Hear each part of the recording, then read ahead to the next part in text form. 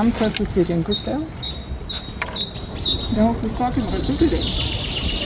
Kurneliai labai patinka, kad visi kartu būtume lygus. Manyčiau, kad taip ir senovai buvo, kad susirenka visi į ratą, švęsti švenčių, apeiga ir yra, apeiti ratą. O šiandieną mes švenčiam tokią šventę, kuri gan keista, mistinė, o ir nelabai, nes lygiai prieš 11 metų, kovo 30 dieną, mes su Gintaru Ronkaičiu Narajanu, kuris šiaip yra jogas praktikuojantis, bet jisai sugalvojo tokį prie rakučio uždegti visą laiką degančią ugnį amžinąją lietuvišką. Mes tada uždegėm čia.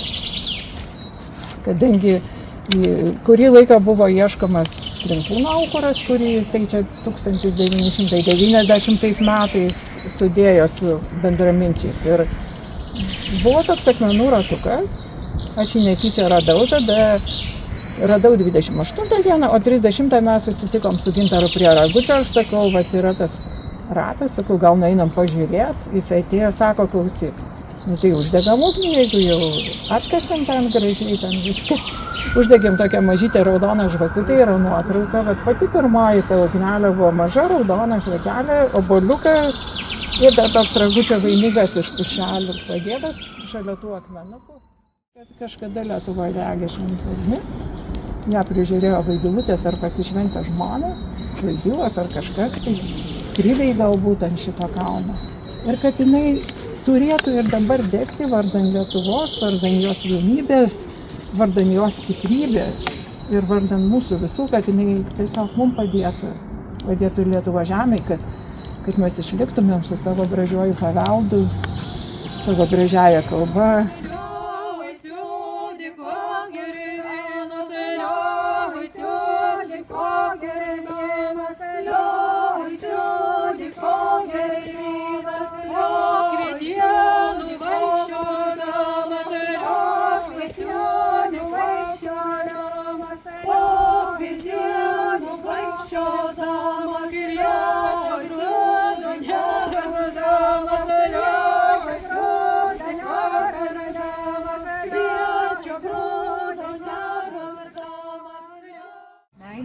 Skalsos ir darnos.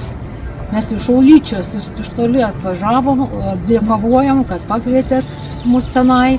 Tai va, mes per naktį iškepėm tokių bulkų, paragavusit skanaus ir gyvuokit dar daugiau.